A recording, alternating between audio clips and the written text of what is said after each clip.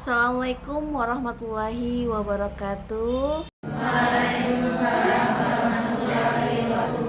Alhamdulillahirrabbilalamin. Assalatu wassalamu ala asrafil anbiya'i wal mursalin wa ala alihi wa sahbihi ajma'in, amma ba'd. Pertama-tama selalu kita ucapkan syukur atas nikmat yang telah Allah berikan kepada kita semua ya teman-teman.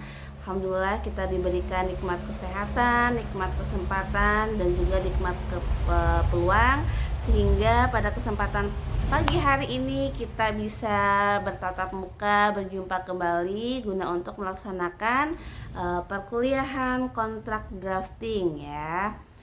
Salat dan salam tak lupa pula kita haturkan kepada junjungan kita Nabiullah Muhammad sallallahu alaihi wasallam. Allahumma sholli wa sallim wa barik alaih. Alhamdulillah. Sehat semuanya ya teman-teman ya. Alhamdulillah. Sudah pada makan sarapan? Oke, baik semuanya, sebelum kita masuk ke pembelajaran, terlebih dahulu silakan teman-teman buka si pintarnya, lalu presensi ya dengan melalui kode barcode yang bagaimana link yang sudah tersedia. Silakan ya. Baik teman-teman, sudah melaksanakan presensi semuanya ya. Dan selanjutnya sebelum kita masuk pada materi berikutnya, kita akan mereview kembali berkaitan dengan tema sebelumnya ya, tentang perjanjian ya. Syarat-syarat perjanjian itu apa? Masih ingat nggak syarat-syarat perjanjian? Ada syarat subjektif sama syarat objektif ya kan. Syarat subjektif berarti dari pelakunya kita ya. Apa syarat subjektifnya? Pertama, orangnya balik, gila gitu ya. Ya, puas ya. Ya, berakal. Selain berakal apa lagi? Syarat subjektifnya lagi sepakat ya, harus sepakat.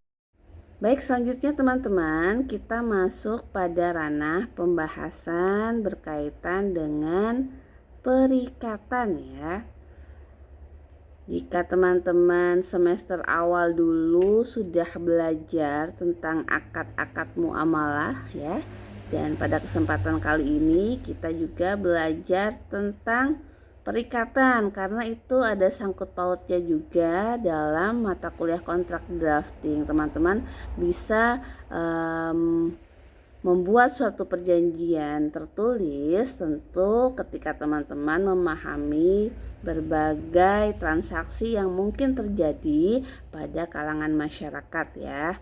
Kalau dalam kegiatan muamalah teman-teman sudah belajar tentang murabahah, istisna, ijarah dan lain sebagainya, atau berkaitan dengan akad-akad muamalah klasik ya yang menggunakan bahasa Arab seperti itu, dan mana kodifikasinya ataupun rujukan, maksud Ibu ya, rujukan dalam acuan sumber hukumnya itu terletaknya pada kompilasi hukum ekonomi syariah. Tentu saja kompilasi hukum ekonomi syariah, sumber hukum paling dasar itu adalah Al-Quran dan hadis ya.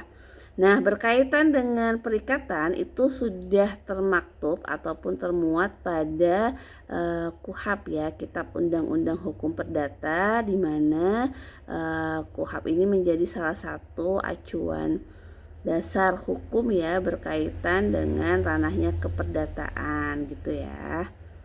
Nah, berkaitan dengan pembahasan perikatan itu dalam KUHP, Kitab Undang-Undang Hukum Perdata, terletak pada bagian buku ketiga ya teman-teman, tepatnya pada pasal 1233, di mana di sana menjelaskan bahwa perikatan itu bisa ada atau lahir terbentuk karena persetujuan, atau yang sering kita kenal sebagai dengan karena suatu kesepakatan itu ya. Tapi bahasa istilah dalam aturan hukum yang termuat pada Kitab Undang Hukum Perdata tersebut itu maknanya adalah karena persetujuan ya. Dan yang kedua itu adalah karena adanya suatu undang-undang itu sendiri ya. Itulah rumus perikatan. Jadi karena ada persetujuan dan juga karena adanya undang-undang. Jadi salah satu sebab ya, yang menjadikan suatu transaksi itu timbul. Oke teman-teman, ada yang bisa memberikan contoh perikatan? Jual beli. Oh ya, apalagi ada jual beli. Terus apa lagi? Sewa menyewa. Terus? Hutang. Ya, betul, hutang piutang.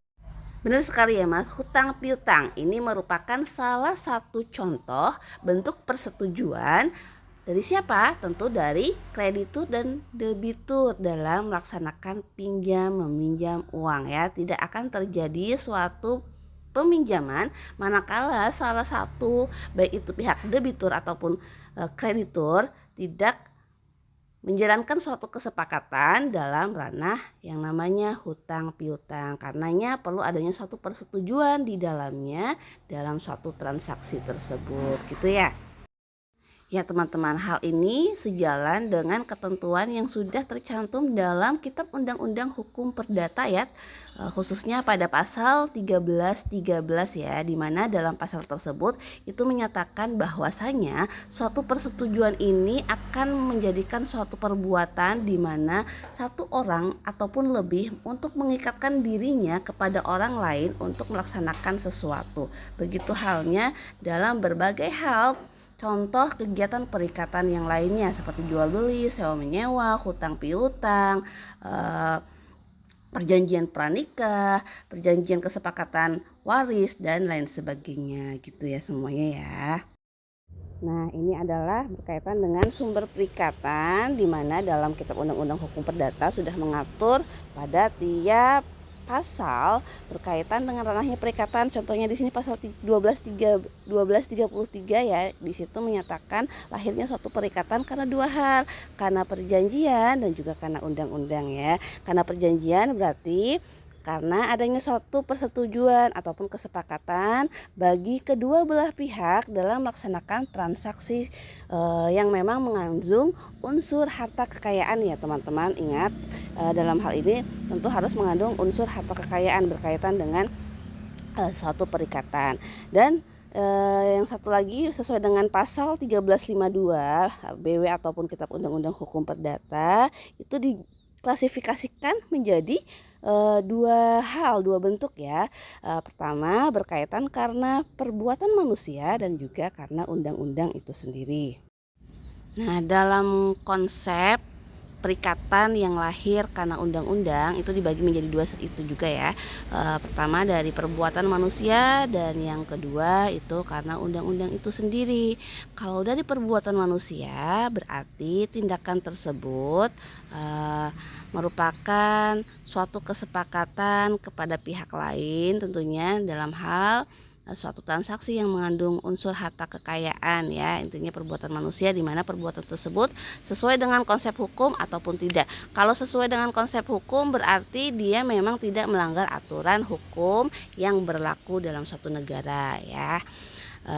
Kalau tidak sesuai dengan hukum maka orang tersebut tentu telah melanggar atau melakukan PMH perbuatan melawan hukum begitu ya.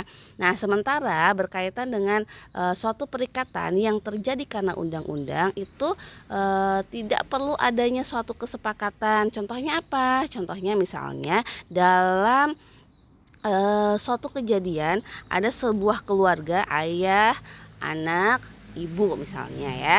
Nah, sang ayah ini selama masa hidupnya dia mengadakan suatu transaksi hutang piutang kepada pihak ketiga, misalnya kepada Ahmad begitu ya. Bapak Budi melakukan hutang piutang kepada Ahmad dengan tempo waktu durasi 10 tahun. Nah, ternyata sebelum 10 tahun Bapak Budi ini ternyata meninggal.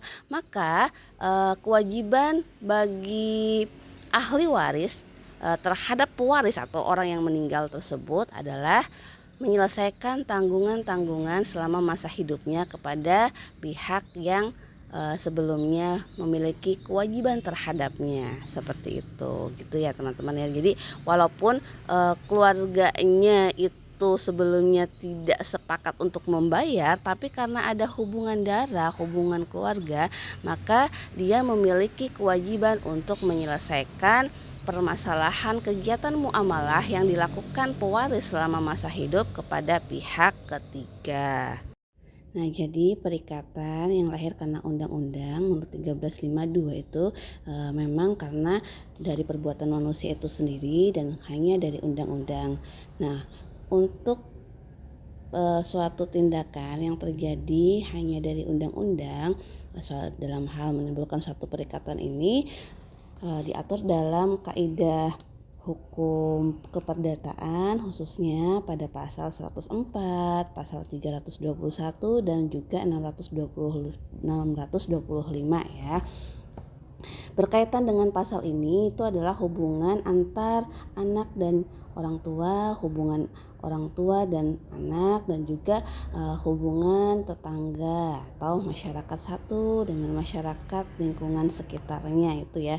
Hal tersebut sudah diatur dalam undang-undang. Jadi intinya dalam suatu perikatan suatu perbuatan interaksi manusia itu menimbulkan suatu hak dan kewajiban, dan hal tersebut mengandung unsur harta kekayaan. Dan selanjutnya itu adalah karena perbuatan manusia ya teman-teman, dimana perbuatan manusia itu sendiri ada yang sesuai dengan aturan, ada yang sesuai dengan kesepakatan dalam ranahnya perjanjian, dan menyimpang ataupun melanggar yang namanya aturan hukum atau yang sering kita kenal dalam istilah hukumnya adalah PMH. Jadi PMH ini adalah perbuatan melawan hukum. Nah, tindakan kejahatan atau kekeliruan yang terjadi pada tingkah laku manusia itu sendiri dalam hukum diklasifikasikan menjadi dua ya teman-teman. Apabila hal tersebut penyimpangannya terjadi pada ranah perikatan khususnya karena persetujuan ataupun perjanjian, maka seseorang tersebut dikatakan wan prestasi ya. Jadi wan prestasi ini timbul manakala seseorang melaksanakan suatu perjanjian dan salah satu pihak mengingkari isi dalam perjanjian atau menyimpang pada aturan kesepakatan yang telah dibuatnya. Nah, sementara berkaitan dengan PMH, perbuatan melawan hukum, berarti manakala seseorang itu memang melanggar aturan hukum yang sudah ditentukan oleh suatu negara ataupun ketentuan agamanya gitu ya. Baik teman-teman, karena waktu kita terbatas, insya Allah kita jumpa lagi minggu depan ya. Jangan lupa pelajari materi berikutnya serta tugas setelah kita melaksanakan ujian tengah semester ya. Ibu selalu ingatkan, nanti diharapkan dalam mata kuliah kontrak drafting ini teman-teman bisa membuat perjanjian tertulis. Jadi bukan cuma secara lisan saja melakukan transaksi gitu aja ya, tapi harus ada buktinya lewat tertulis ya. Oke? Siap ya? Siap. Oke. Mari kita akhiri pertemuan hari ini dengan bacaan hamdalah bersama. Tetap jaga kesehatan ya. Ilaliko wabillahi taufiq walhidayah. Wassalamualaikum warahmatullahi wabarakatuh. Waalaikumsalam.